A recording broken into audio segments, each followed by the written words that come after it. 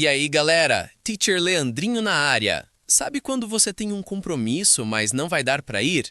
Em inglês, a gente tem uma expressão perfeita para isso. Se prepara para nunca mais travar nessa hora. Bora destravar esse inglês? Let's go! I won't be able to make it.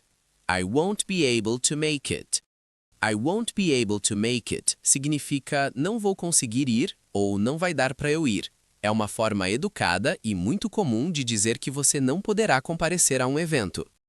I won't be able to make it. I have to go to the supermarket. I won't be able to make it. I am going to attend to my family.